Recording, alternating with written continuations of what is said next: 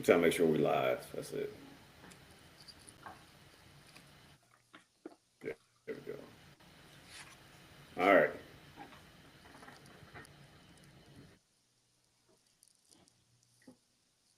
Give a few seconds. Let's get people come in. I'm gonna go to share the link. Um,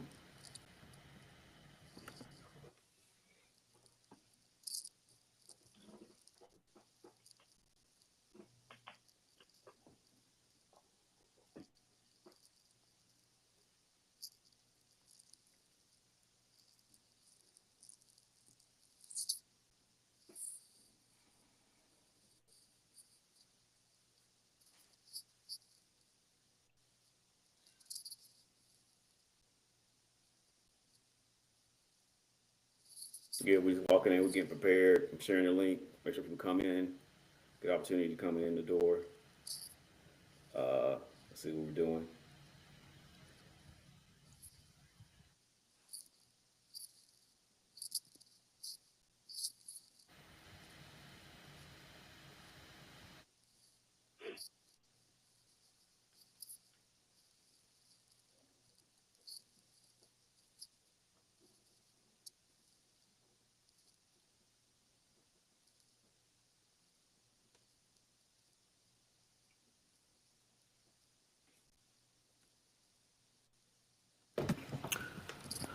Welcome to another episode of A Few TSU Sports Fans.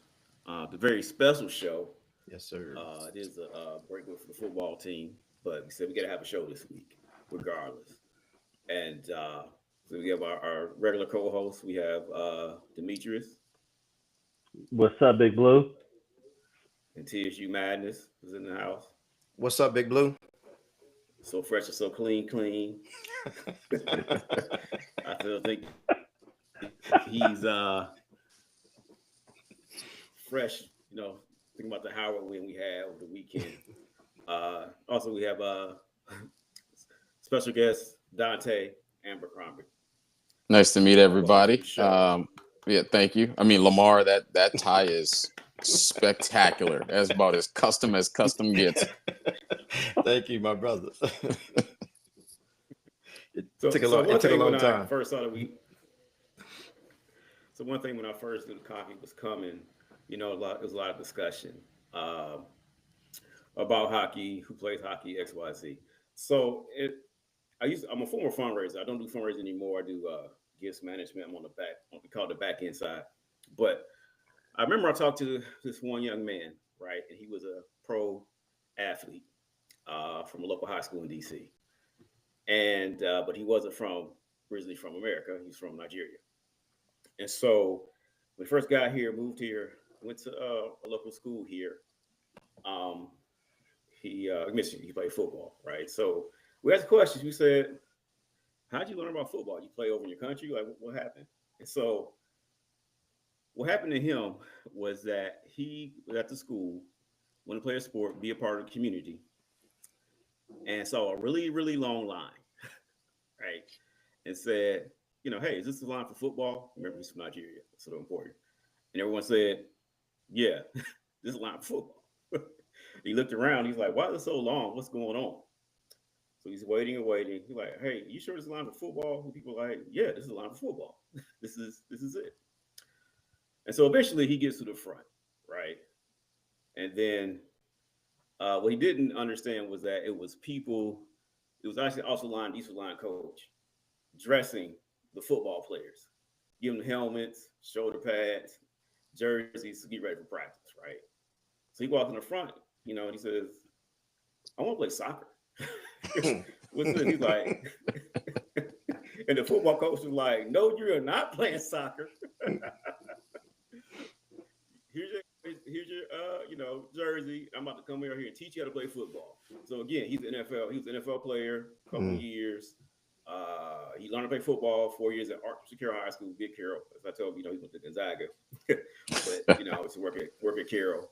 Uh, Went to Georgia Tech, played football there for a couple years. Then made it there. And so when I think about that story, it was first, you know, he didn't know about this the sport of football, right? He was expecting to get in line, and play the sport that he knows, right? So he got an opportunity to get introduced to a new sport and learn how to play. Actually, was highly successful in it. But also, too, I was thinking too, like, hey, he kept asking, and no one told him to get out of line. Just sometimes you see people like, you small, get out of line. They knew he was right where he needed to be, right? They said, this guy's big enough Mm-hmm. and good enough, And sometimes, God puts you in the right line, right? Amen. So I'm thinking about like hearing Dante speak in different interviews and stuff like that. I know TSU has some issues going on internally, but I know that God has put Dante here and he's in the right line. Yes. Now we got to see what happens in the future, But I'm glad, Dante, that you are here with us and part of our TSU community. Yes, Well, sir. Welcome, Dante. I feel extremely blessed to be a part of the TSU community. It's I mean, you just speak about what you're saying is like divine intervention and your steps being ordered, and that's you talk about Carroll. I grew up right down the street from Carroll, both directions. I 5 minutes one way in my grandparents' house, and 5 minutes the other way down the street and literally over the bridge, Taylor Street Bridge. I used to walk to Carroll because we had a co-op with my elementary school, and I took classes at Carroll when I was in 8th grade. So I know Carroll very well.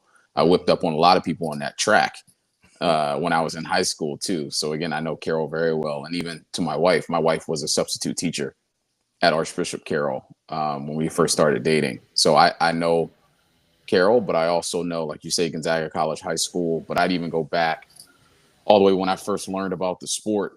My mom wanted me to do something different.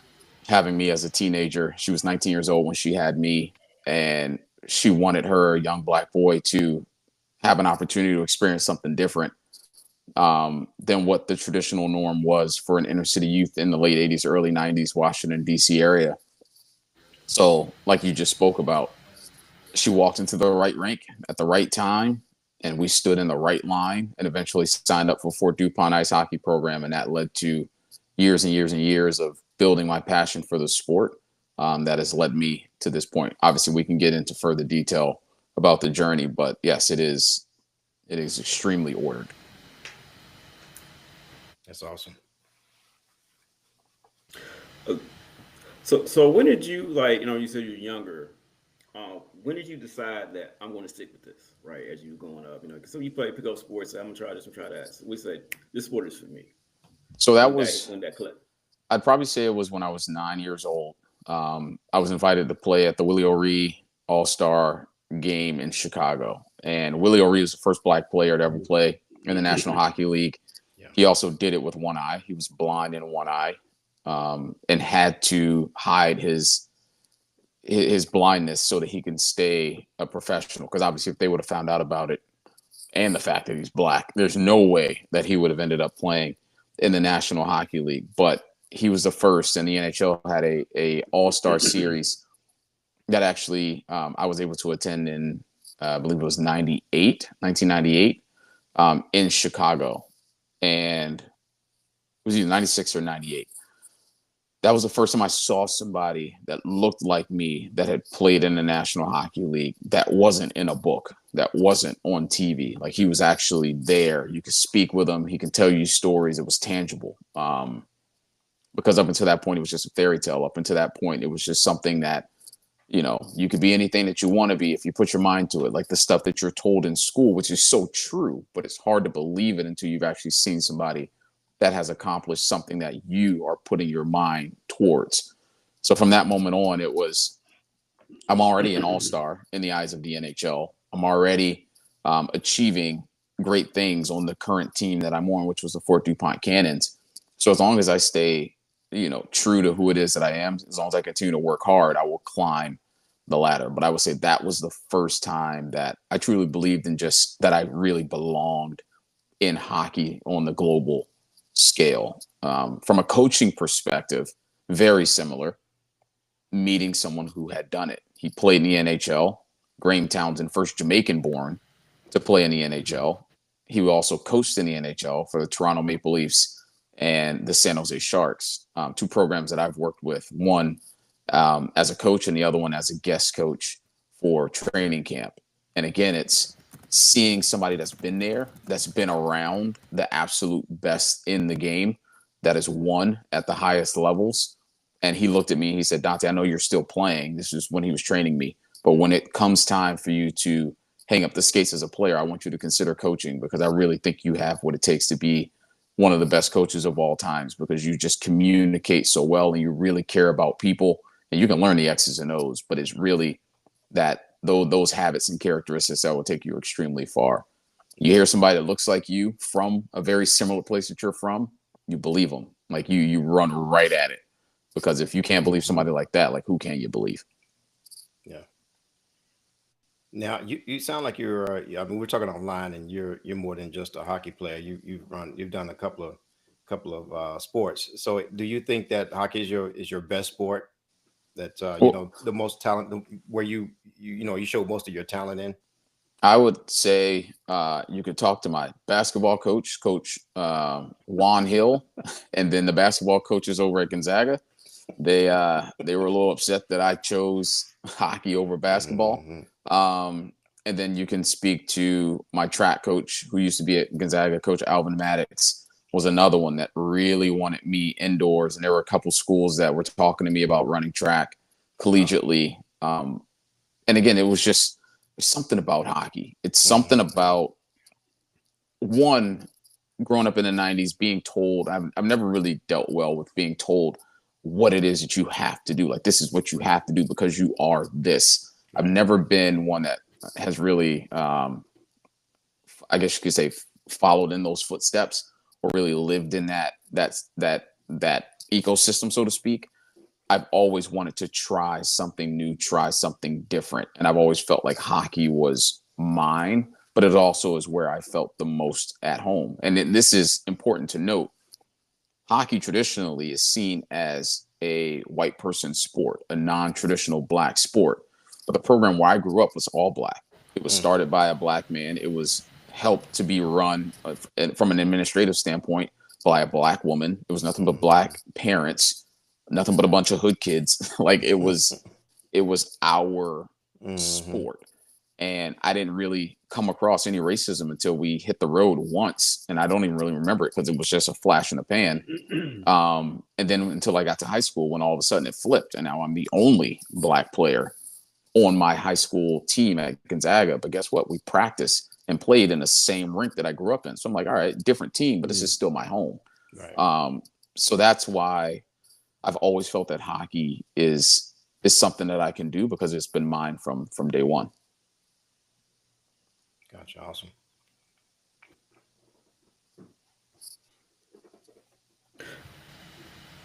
Yeah, and it's one thing that you're going back to when we said hockey. People were like, I don't know anybody.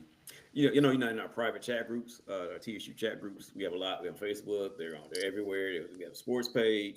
We have a lot of different places, right? But when hockey's first mentioned as a sport, as an opportunity, people were like, well, I didn't know. I don't know anybody who played hockey. Then what happened was people were like, no, my cousin, my nephew, some people said my niece, or some people said I used to play hockey, Mm-hmm. right? Or then some of you even said, well, I'll go to the Prayers game, or wherever they live, Atlanta, the team in the Coyotes or whatever. And so people were like, no, there's a fan base here for hockey, especially because one thing about our school is that there's a lot of people from Detroit, Midwest, from Ohio. So a lot of people come down to Tennessee State, and so I think that was sort of an eye opening to see too as well. Like, even though this is I would say a smaller sport, I guess, really in comparison to other ones, we're not used to our community. A lot of people were still being exposed to it. Yeah. Yeah. Now, I'd even, So, and to that point, and that's the beautiful thing about Tennessee yeah. State being the first and adding hockey. There was a point in time where we could look left and look right as a people, and no one was free. We could look left and look right, and no one was allowed to be educated. That's the beauty of an HBCU. The HBCU has allowed us to now get to a point where we can sit here with ties like my main man Lamar, and this is expected. Like, we are drivers of industry. We're CEOs. We're presidents. Like, it is. We are at a point in time where we definitely don't forget the past, but we stand on the shoulders of the individuals from the past, and we take care of the sacrifices they made so that we don't necessarily have to stay the same. if free will, if you choose to stay the same, perfectly fine. It's up to you. But there are options, and I think that that's what TSU is doing. They're diversifying the options for the students that go there. You have the AI program, which wasn't there many years ago. That's diversifying the offerings for the students. I've had this conversation with people. My mom went to Howard, and she, obviously had me at 19 and a half years old, went back to school, and we actually graduated together, her from Howard and me from kindergarten. And the education that she was afforded allowed for her kids to go to private schools. The education that she was given allowed her to be able to put confidence in her kids that we can achieve anything that we want in any walk of life that we decide to choose. So it's that level of education that HBCUs, Tennessee State obviously being a major one as well, that the children of the people that have been educated there come up in a world where they know a lot more than our parents and our grandparents knew when they attended the HBCUs. So the offerings that we are looking for, golf is like, I'm playing golf tomorrow here in the Washington D.C. area. Like, that's because I was raised in a world and in a place that golf is just kind of the norm. It's what everybody does. It's not just one person or the other. That's why HBCUs are so important, because they allow people to experience something outside of their norm. Yeah. And speaking of excellence, and your mother went to Howard. I don't think I knew that. So two-part question: how's your mom feeling about the weekend? Oh, Two. I'm jumping on that right now. I was talking all types of trash. I ran into my aunt, and I may actually need to send you this picture just so you can put it in there, because my aunt also went to Howard. And I'm taking a picture, and then all of a sudden I throw a quick L in front of her, and she's like, "What did you just do?" So we go back and look at the picture, and she's got a massive L right in front of her, because I knew we were going to put an L on them. Like, I knew that was going to happen from jump. But that's the beauty of that brotherly, sisterly back and forth that you can have amongst HBCUs. But don't let somebody outside of the HBCU world come and try and dog Howard or Morehouse. Like, you getting on, everybody is going to get on you. But yes, I made sure my mom knew the score of the entire game. So Howard. To that point, right? Go ahead, Demetrius. I'm sorry. Go ahead, Lamar. Go ahead. No, I was just going to say that. No, I was just. We must have a delay. Sorry about that, Demetrius. I was just going to say that Howard took a whipping from us, Tennessee State, and from Hampton, correct? It's a tough time being a Bison. I just say that.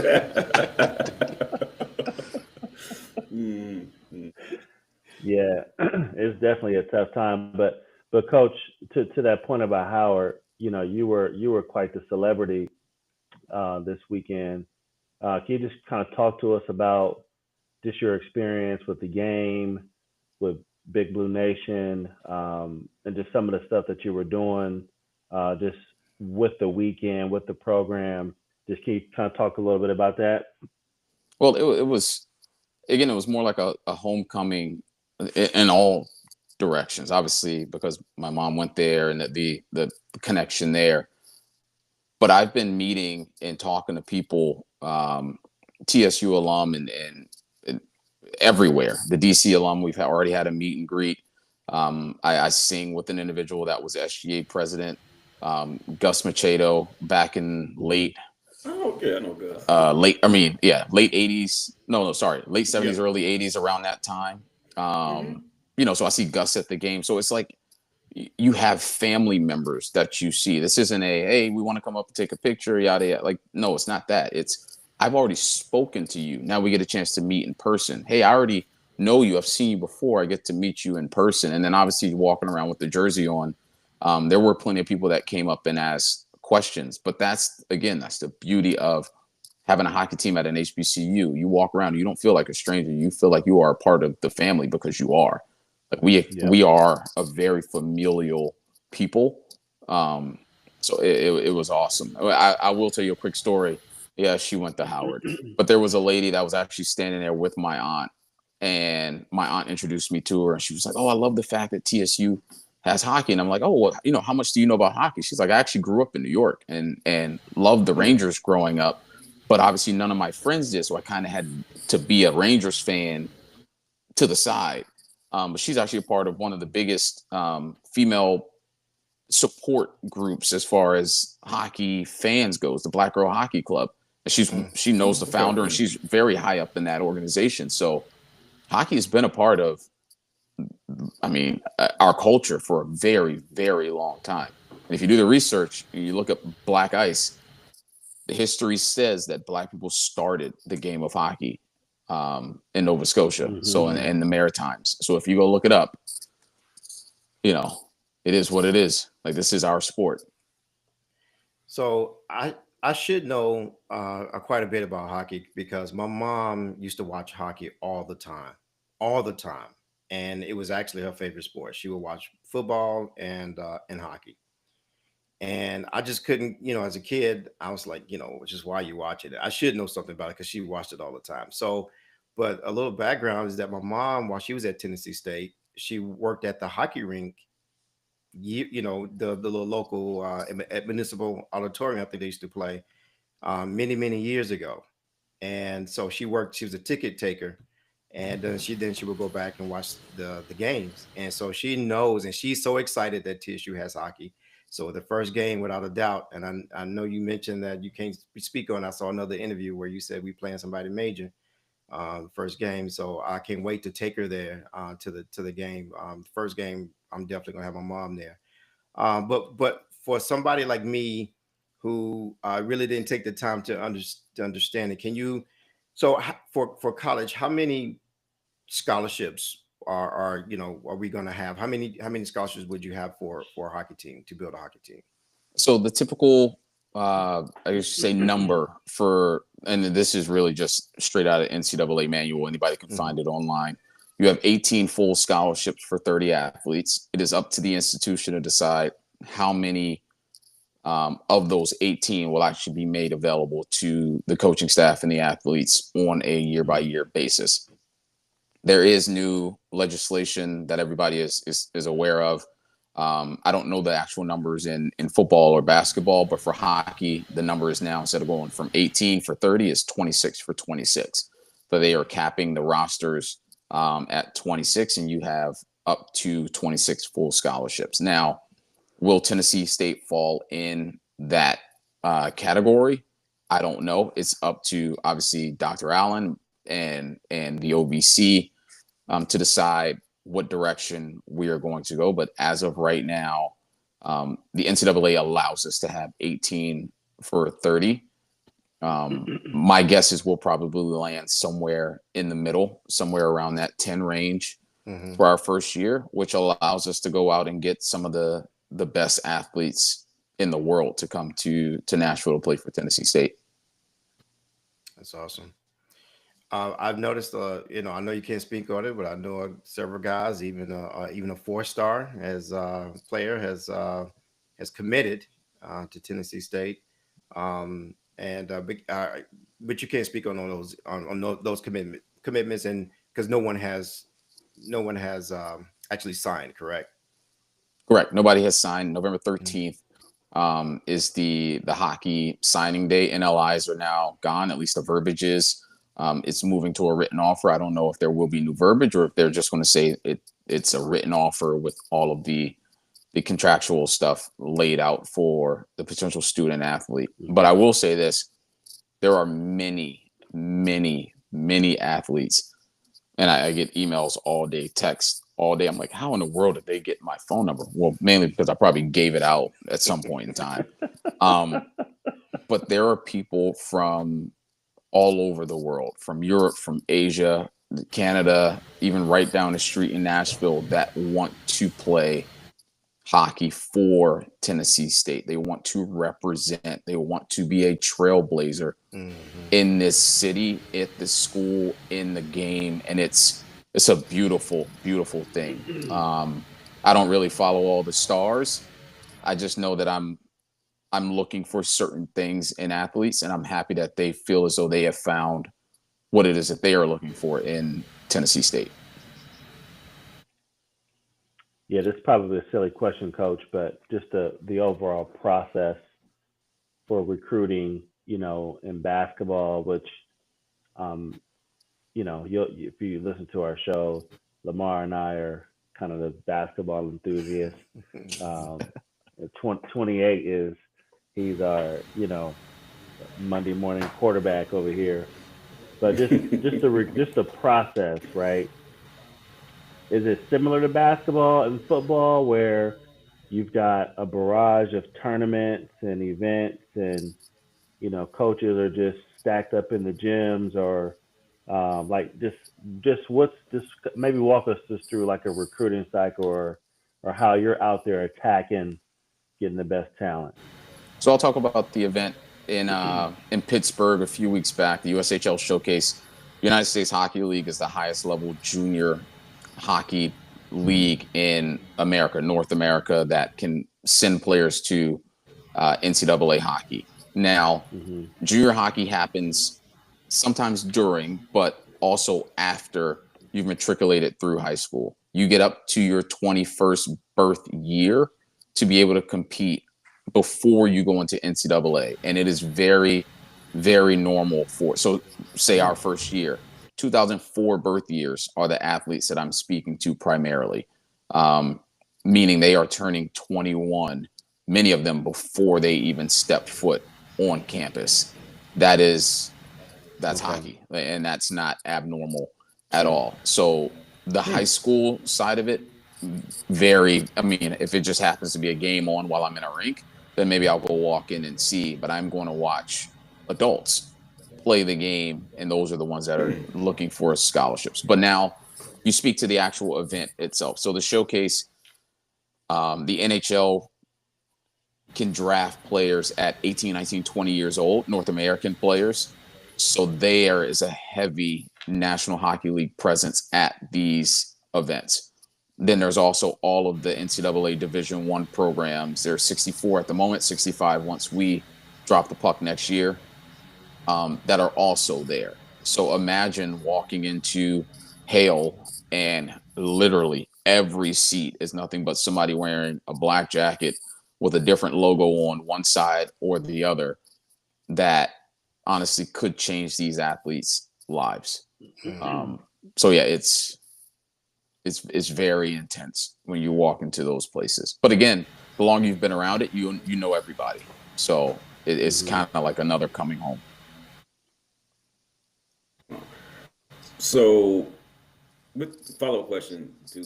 So I guess this is a 21. They're not playing for 4 years. I guess some are doing 2 or 3. They're not necessarily doing a full 4. Nope, they still get 4 to play 5, as long as you enter at that point in time. That's the NCAA rule. You still get 4 years to play 5. Now, many will turn pro. That's another thing about NCAA Division I college hockey. Many of the athletes that will be walking on Tennessee State's campus, some may have already been drafted into the National Hockey League and are still competing collegiately. And then some, the moment they leave us, will sign NHL level deals. Some of them called a two-way deal, where you are a certain salary depending on the level that you play. So we could very well have a player that goes to Tennessee State, and then the moment our season is done, sign with the Nashville Predators. And people that have watched this athlete, the student athlete, compete for Tennessee State can now go and watch this same athlete compete at Bridgestone Arena. It's that tight of a talent window. Can you, okay, so again, novice here. So how many players on the court at one time and positions?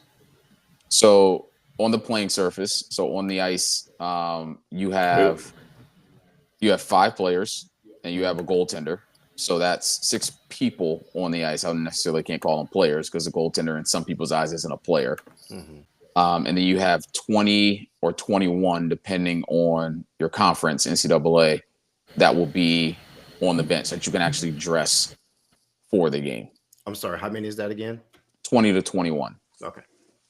Most teams carry 28 to 30 or so. It's a lot of players on the bench, coach. Yeah, that's a lot. It's a pretty big bench, and hockey is one of those games that's constantly moving. Like there is no, like there you Yeah. can go a span of 5 to 10 minutes and you don't have a whistle. Imagine being out there for 5 or 10 minutes going back and forth, back and forth. Your body would not love you. So you have an opportunity to change tactically, obviously when you're tired or before you actually get tired if you're playing for me. But it's constant motion and you have to be prepared to get on the ice. A lot of people don't understand how taxing it is mentally because even though you're fatigued, you're still watching the play happen. You're still watching who's changing. You're still watching because if coach throws me back out there right now, I have to know exactly who I'm going for and what situation we're currently in and where I need to jump in.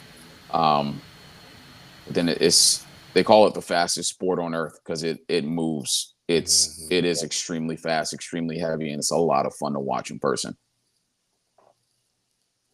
Gotcha. Have we found a place to play yet? Yeah, so I'd say there's 3 places in town. We're going to be extremely transient in our first couple of years. I believe we just have to be, but all over within 15 minutes of the campus. I would believe there should be a great opportunity to speak with the Predators about just setting up situations that work best at the different arenas. Looking at just geography, there are 2 places that work best as far as practice goes, since that's a day-to-day occurrence. And then as far as games go, there's 2 based on seating that work the best. The 2 that work the best for practice would be Centennial and Bridgestone. Bridgestone's massive. I don't know if we're paying to rent out Bridgestone for practice. If we get offered it, maybe we take it. And then as far as games and seating capacity, Bridgestone and Bellevue would be the 2 that make the most sense there. And Bellevue is Fordyce Bellevue, which is also owned and operated by the Nashville Predators. Got it. Yeah. Okay. Yeah, I'm familiar with Bellevue. Okay, so we mentioned positions. Can we hop in right now? I made a nice little chart. I like to draw stuff and think I'm a coach. So I gotta. So can we go through the positions? Here right you go. Here? So I got the No. goalie. Yep, goalie's there. Depending on which direction we're facing, since we're facing down that way, that would be your left wing. Because we would be attacking down the screen. Yep, that's your center. That's your right wing.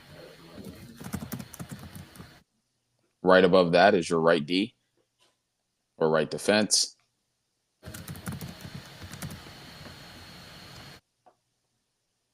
And then that's your left defense. I was going to throw something at you, but I was like, no, I'm not going to do that. All right. There we go. So guys like Sidney Crosby, Mark Messier, Jeremy Lemieux, like where do those guys play? Are they more center, left, right wing? You typically have your better players are right up the middle. They play center, but there's been a ton of superstar. Alex Ovechkin, obviously from the DC area, is primarily a left wing. He has played right wing at point in times in his career. You have some defensemen that are some of the best ever played. PK Subban, obviously playing in Nashville for the Predators for a few years, was a right defenseman, but has also played on the left side. The way hockey works, even though that is your position, the moment the puck drops, especially the way I'm going to coach our athletes to play, you're moving everywhere. I need my goaltender knowing how to pass a puck, even though they can't skate beyond the red line. And I would never really expect him to skate anywhere near the red line. Hockey is extremely fluid, like meaning you'll see defensemen that'll be up in the rush. And you're like, well, he's a defenseman. Why is he up that far? Because he was the best option in that moment. And he's playing on his toes, so that's what you want. You want him up that far.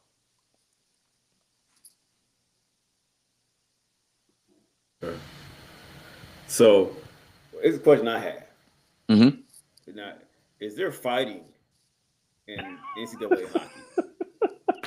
There's not fighting legally in NCAA college hockey. There are suspensions that will be levied not only to the athletes, but I believe even to myself, and potential fines to the school.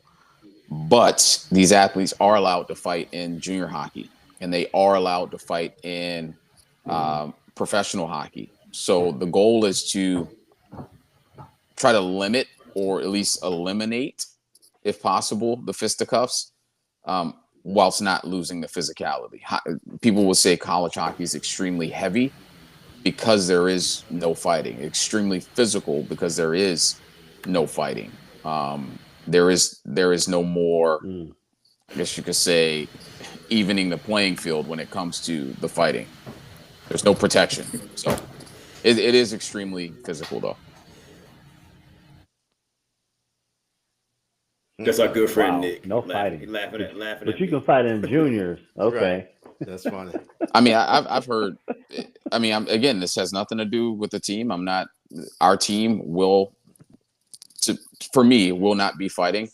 Um, but I've also heard a song from bands from time to time about somebody's team being hot, or not, and what happens in a parking lot. So if people come looking for it, they may find it. But that's not, Oh. again, that's not for me. I'm gonna say Lamar said it. Yeah, yeah. It's interesting. As soon as we announced hockey, someone created a TSU Instagram account called uh, Puck Around and And find yep, out. yep, and find out. Yeah, I like that. I like that.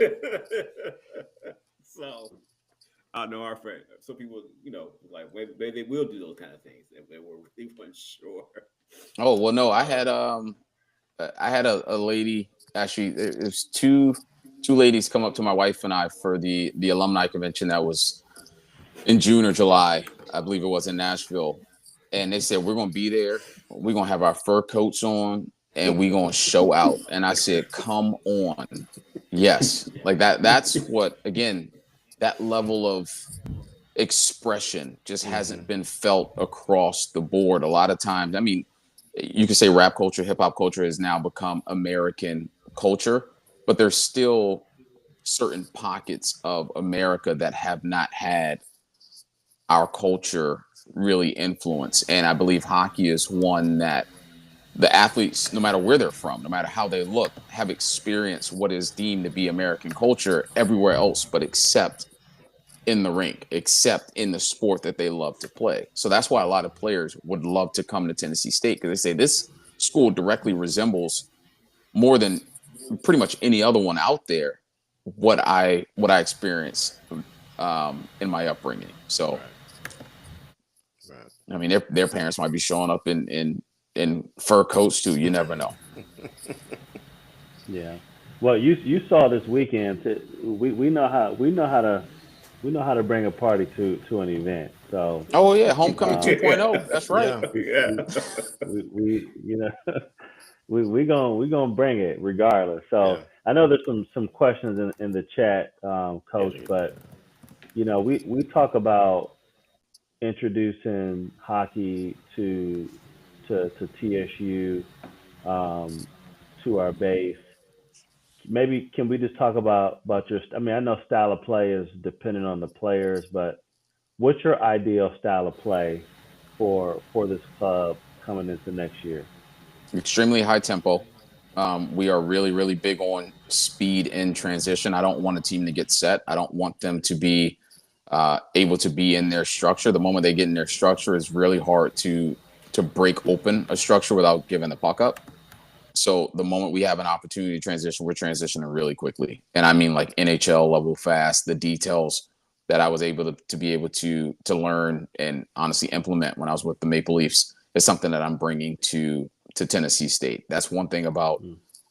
traditional college hockey is it's typically slower, heavier, more. Uh, I don't want to say low scoring, because sometimes it ends up being high scoring, but it's not as entertaining to watch. And that's not our goal. Our goal is extremely fast paced. You think about basketball, rebound, like literally balls coming off, our guys are gone. Like we Hmm. haven't even gotten a rebound yet, but we know that we're pushing out. Because if you think about it from a basketball perspective, if you got guys leaving, it's going to pull some people out. So even if we don't get the ball, even if we don't get the puck, now we're talking about a 3-on-3 or a 3-on-2 in our favor because we've pulled somebody else out. and now we have a better chance of still gaining possession and getting up the ice or getting up the court. That's why I like to push out. That's why I like to play with pace, but I need individuals that think the game fast who can also play the game fast. Yep. That's good. Someone asked, it was, let me go back here. Raven Kemp asked, as a multi-sport, thank you. As in what you see there on the screen, can you provide some benefits from crossover play? Say that one more time. Do you see it pop up? I'm sorry. No, I don't have it on my side. Okay, gotcha. As a multi-sport athlete, can you provide some benefits from the crossover play, being an athlete of other sports and hockey? With regards to crossover, as in just the way one sport is like another, you know what? I'll go into the reason I kind of fell in love with hockey over other sports. Not necessarily basketball, but I have to speak to football because this was my experience. I felt as though everything was specialized in football. It's like you show up to practice and receivers go there, backs go there, linemen go there, specialists go there, kickers go there. You really aren't really a team until you are running gassers or you're on the bus or maybe you're sitting at the calf, but you don't feel like you're really developing and sharpening as a team. That was my experience, like I say, when I was in high school. So I'm not putting that on anybody else. But I feel like what I would like to cross over from sport to sport is that sense of camaraderie, that sense of family and support where I know what you're going through. I see what you're dealing with away from the ice. I see what you're dealing with at home. I see what you're dealing with in class and with your relationships. And I'm willing to take a puck in the teeth because I want you to win. There's been some people that I worked with in the past that have won Stanley Cups, which is the championship in the National Hockey League. And they said, we knew we were going to win because I wanted literally the person sitting next to me to win more than myself, because I know the struggles that they've gone through to just be able to show up on a day-to-day basis. And that's the level of cohesion that I want for our program. So I'm pretty sure that may not be the answer that was wanted, but I feel like that, speaking to the culture of the game, I think that is important to be said. But I also think that the example that I gave of basketball, like that type of crossover of how certain sports can mimic others, I think that's also a pretty good example too. That's awesome. And Danny asked, will games ever be held on campus? Is there? Oh Lord. That I would, as the head coach of the team and as somebody that grew up in an HBCU family, and that is obviously the one at the helm bringing hockey to Tennessee State, I would absolutely love to see hockey being played on campus. That is the ultimate goal, is to have individuals be able to walk from their dorms and go and support their fellow students on campus. There are many different things have to happen before something like that. And honestly, those decisions are made in rooms that I don't even sit in.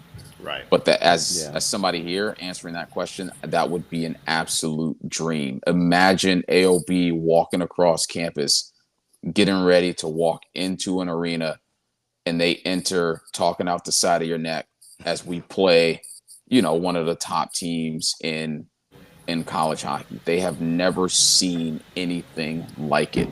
And I think in the reverse, talk about diversifying experiences. You lessen the barrier of entry. If you put it on campus, there's no reason why students can't go. All you have to do is literally walk to the arena, and you're able to experience something that you may never have had the chance to experience before in your life. Well, Coach, maybe we can get a winner's classic. Put it on campus. Go ahead, Let's talk. Let's talk. I'm all about ideas. Play outdoors. Space and opportunity, but I think just honestly having more conversations like this is what's key. Showing the world that people at HBCUs actually care about hockey and want hockey to happen and want to see it be successful to the point of having an outdoor game or to the point of having an arena on campus. Like that's That's groundbreaking, and that's why HBCUs were founded in the first place. Yep. There you go. It, I listened to a couple of different podcasts that they had, hockey podcasts rather, and one of the guys talked about what's the one up in New York. They got a brand new $26-50 million facility, right? You had that high end facility. I want to say it was Sacred Heart. I could be wrong Yep, about that. Sacred Heart But is a beautiful new yeah, all glass yeah, arena. yeah.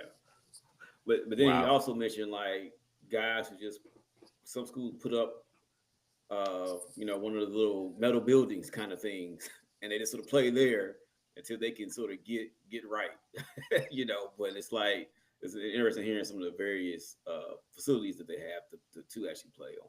You know, Yeah, of course, it's one all actually. about um, it's all about what you make it, because it truly is the experience of the school and the student athletes and the alumni. If the school is heading a direction of an all glass building, perfectly fine, but there has to still be a spirit in that building, because a building's just a Yeah. building. They always Right. say, the song "House Not a Home," like all that. Yeah. That's what you don't want, is to just put up something for the sake of putting something up, but it has to feel like Tennessee State. And if for our first couple of years we have to be off campus by a few minutes, I literally have done the Uber. It's a $5 Uber to one of those facilities. If that's as far as we have to go, or is that the best we can do at the moment, then absolutely. But if we can get one on campus, it still has to feel like Tennessee State. It has to feel like HBCU. We need a space to tailgate. Like I say, we need a spot for the band. We need to show off the Divine Nine and the history of Tennessee State. Like that's a necessity. It has to feel like home. I got two questions. My last two questions, and that's it for me. But I got an easy one and a hard one. The first one is, and I give both of them to you together. The first one is your favorite sports moment, either you experienced yourself or it was just a special moment. I don't know. Maybe you're a Washington Bullets fan, and that's old school. Washington Bullets, Wizards of Bullets fan, or something. And the other one is, which is the hard one. Have we talked about joining a particular conference for Yeah. hockey? So I'll go with I'll do your first one first. Favorite sports moment. Not of my own career, correct? No, either one. Your career or Okay, so I'll give you two quick ones. The Capitals winning the Stanley Cup mm, and running down the streets of DC to get That to was the amazing. madness that right, was outside. That was right. amazing. And then being a very integral part of a win that we had with the Maple Leafs against the Ottawa Senators in their home, being a part of a challenge that happened, and some structural changes in that game, because Mm, that game truly gave me confidence to believe that I can coach at any level and be successful. There's nothing that I can't achieve if I can do something like that in that building. And then you spoke about conference. just the conference alignment. Me personally, and this was what I shared with the school during my interview process. There's getting ready to be a lot of change in the NCAA, and we've already seen it Mm, since I've been hired. There was kind of the writings on the wall. I didn't want to align with a conference that may, in a year or two, not be the same. Now you're Yeah. committed to something that you really don't even know what it's going to be in a while. I would prefer to be independent in our first couple years, which also allows us to play teams from every conference, to be able to really give our athletes the opportunity to go and showcase their skills and their abilities in, Boston, Detroit, Arizona, Alaska, wherever it is that we end up playing. That's something that you typically can't do as a member of a conference. And I mean, everybody knows the legislation. We've already talked about the 26 for 26 in hockey. We've talked about the antitrust lawsuit, the $22 million lawsuit. There's also a much bigger one that's getting ready to happen in hockey where it comes to CHL players. And I have to mention this: major junior players have never been allowed to play NCAA college hockey because they have been considered professionals, the same age Hmm. as those USHL players that I talked about earlier, and there's other leagues, but USHL is the highest league. I liken it to, and you kind of got to go with me on this one. Mm-hmm. Imagine you are drafting into the National Football League, and for the last 50 years, the only players that you've had available to you have been athletes outside of the Big Ten and the SEC. And then all of a sudden they say Big Ten and SEC athletes are now available to you. It changes everything.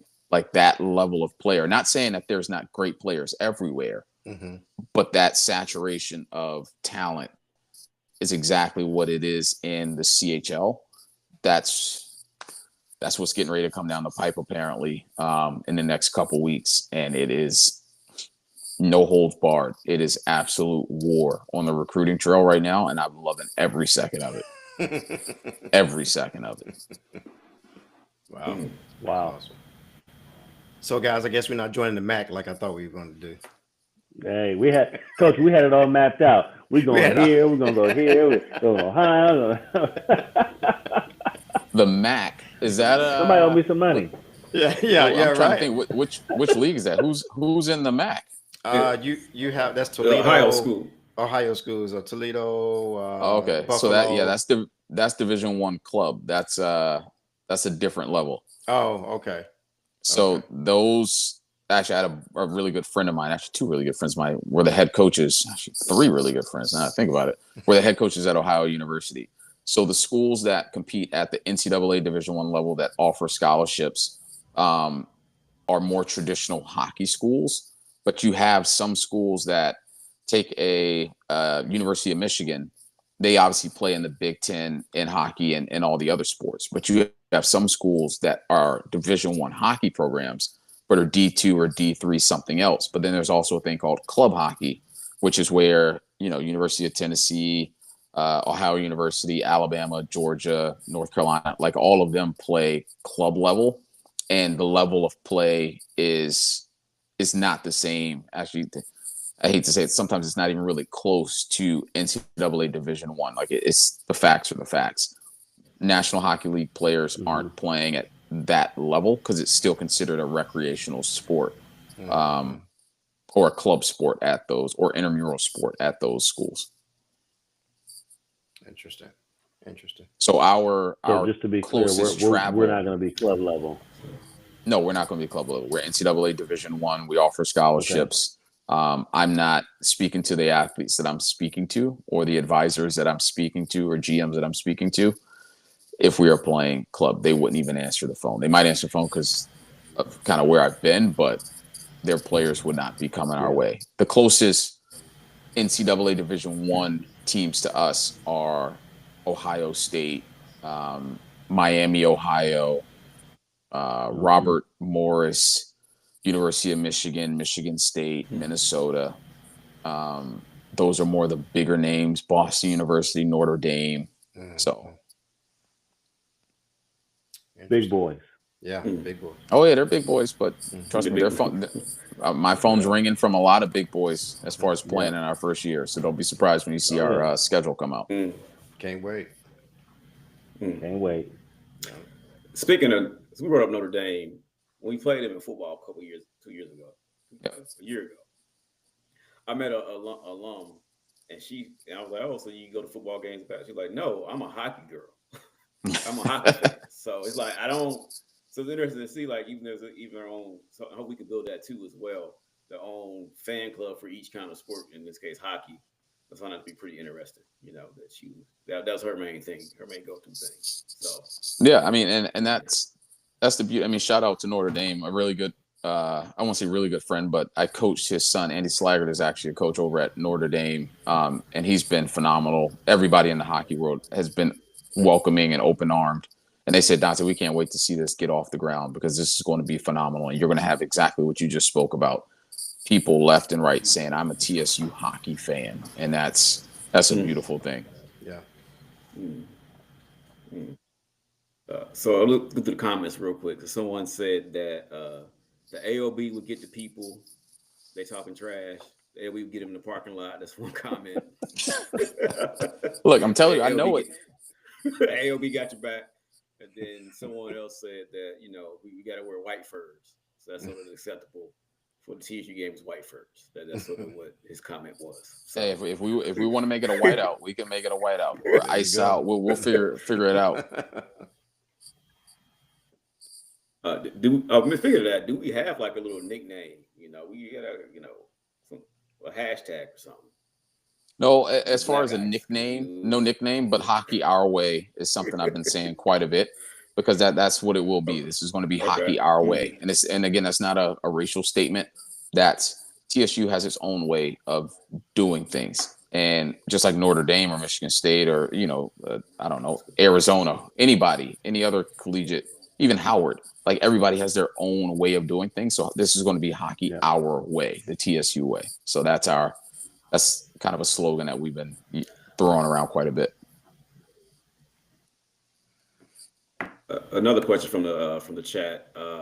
So Howard said they're going to do a speed skating kind of. They're talking about doing one. I don't know if they have done it yet. Speed skating as a sport versus just hockey. But the person asked, how can we infuse outdoor ice skating to lower to get TSU students into the love of hockey? So can you what ways? So what ways are you planning to try to get kids interested in hockey? I guess he's suggesting do outdoor ice skating or something like that. But what would be some of your ideas to get them engaged? So I'm working on things behind the scenes, and I can't give all the details, obviously, because things are still moving. But I will say this: you have to meet people where they are. The biggest barrier to entry to hockey is the ice. But imagine you take the ice away. That's something that we have all experienced at some point in time in gym class, at school. They've put a stick in your hand, a ball on the ground, and that's what I suggest. A stick in the hand, a ball on the ground, and just say, go. I'm not even going to give you rules. There may be nets. There may be just tape on a wall. Just go and experience the game. Again, hockey our way. Put some music, have a barbecue, and we just sit there and enjoy experiencing something new together. And I think that's the best way to grow the love for the sport. You have to allow people to fall in love with it their way. I'm not going to come in and say, you have to love it this way. You have to cheer at these times. You have to say or speak this way. Again, outside of the 50s and 60s, many people didn't walk in with fur coats to hockey games. But when those ladies said they wanted to wear their fur coats, I'm like, yo, rock them. Like, if that's us, I'm pretty sure Divine Nine has never strolled all through a hockey game before. It's like, yo, they're playing right now, but it don't matter. Like, like you have to allow the experience be what it will be. But that's been something that I've been pushing it's not just even about the skating piece. You fall in love with hockey, and I'm stealing that from the Washington Capitals because I've done work with the Capitals, and I'm not going to steal Peter Robinson's words and not give him credit. He runs youth hockey development for the Capitals, and that's something that he said.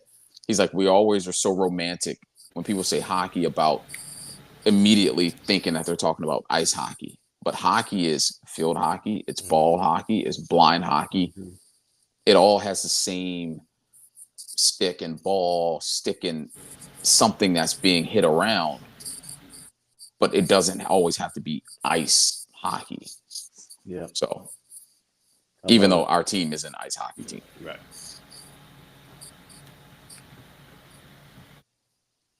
Just looking through some questions. Oh Lord, Danny.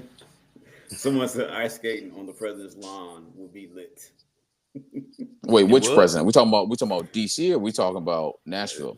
Our Nashville, so I don't know if you Oh yeah, I've been there, but I thought we were going. Yeah. I thought we were going as big as 16th Street or 1600 Pennsylvania Avenue. Like that's.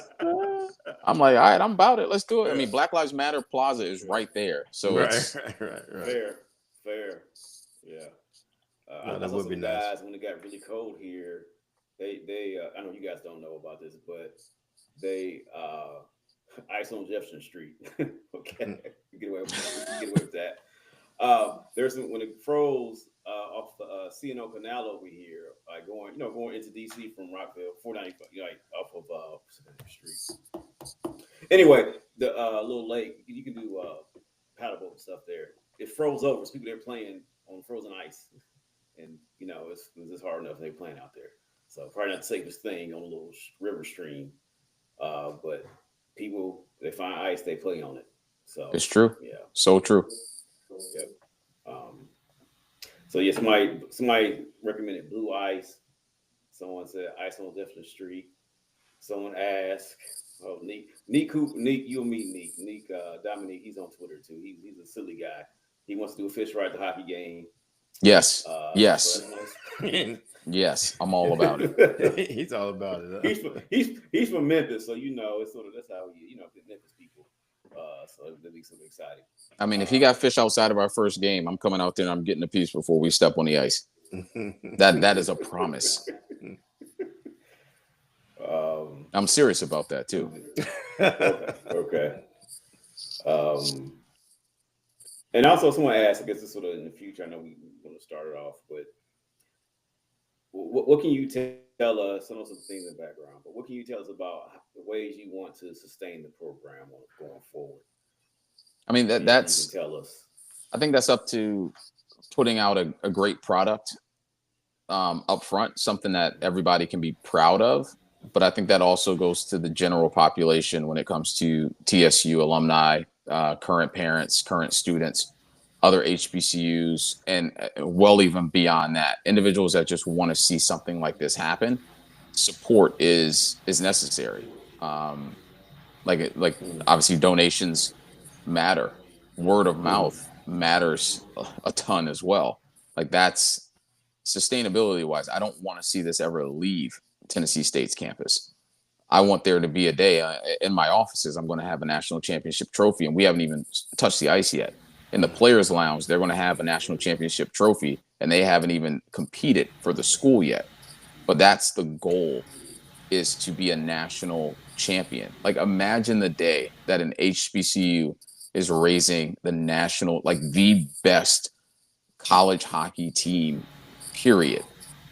In North America is Tennessee State. Like that's we're in that realm. Like we are playing against that caliber of team. Like in football, that's like the Alabamas and the like all the big schools. Like we are playing against them on a weekly basis in our sport, but on a weekly basis. And we are eligible for the national championship in our first year.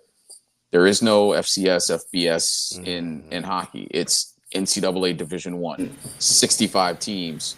You guys have at it, and we'll see who's left standing at the end. That's what I want for our program, and I want honestly our alumni and our supporters to want the same thing, not just for hockey, but for everything at the school. We have to support our initiatives. We have to support our own. Well, you got me hyped, Coach. Yeah, I think.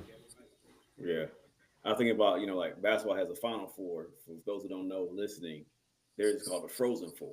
Yep. So that's just as big as the Final Four in terms of like impact, and so that's it's a very big time. So getting there, I was like, wow, Tennessee State in the Frozen Four. That's be nice. Imagine it.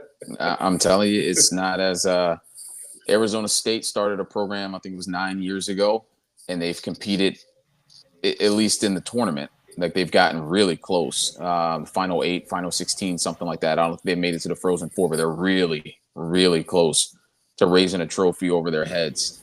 This is Arizona State in the middle of a desert competing at that level.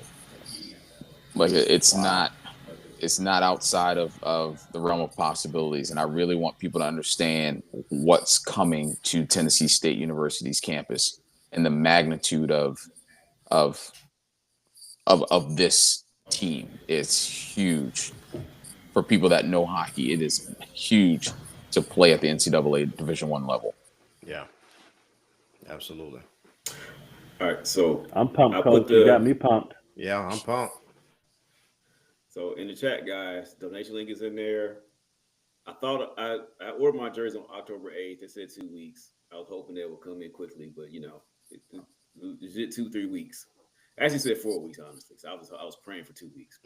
So mine is in the mail coming. soon. So I dropped a link to buy a jersey too as well. That's in there too. So just continue support, retweet. Coach is very accessible. Um, you'll get some more offers for interviews. Some people reach out to me, ask about you. So I said, okay, he's right here. So you'll get some more interviews to expose yourself to the national community too as well. So I'm excited for you for that too as well. Yeah. Yep, bring it on. Like it's a privilege to be in a spot like this, and you have to make sure that you take care of these opportunities. You can't shy away from the conversations. You can't shy away from honestly the seat that you wanted to sit in the first place. So yeah, reach out. My social media is everywhere, but BLK, HKY, Black Hockey is like a shortened version of it. On all of it, Twitter, X, whatever it's called, Instagram. Find me, reach out. I will get back to you, and yeah, we can start having conversations. We really do appreciate you, Coach. I could say that not only your hockey coach, you are a historian. You really are not, and I'm impressed by you. You seem like you could be a professor of multicultural studies. I think so. You could do that later. Well, trust me, I feel like I have to from time to time in the locker room and the conversations I have with some of these parents and athletes. But honestly, and we all are beneficiaries of it. We have to take care of the mantle, and we have to make sure that we are doing right by the individuals whose shoulders we stand on. It is, I believe that more and more every single day that I'm in this position. There's people that dreamed and prayed for opportunities like this to come about. They didn't know it was going to be hockey at TSU, but they prayed for something like this to happen, and we have to make sure that we take care of it now that it's come to fruition. Absolutely. We always in our show with Go Big Blue. So let's go there. I said, Go Big Blue. Go Big Blue. Go Big Blue. Go Big Blue. Good night.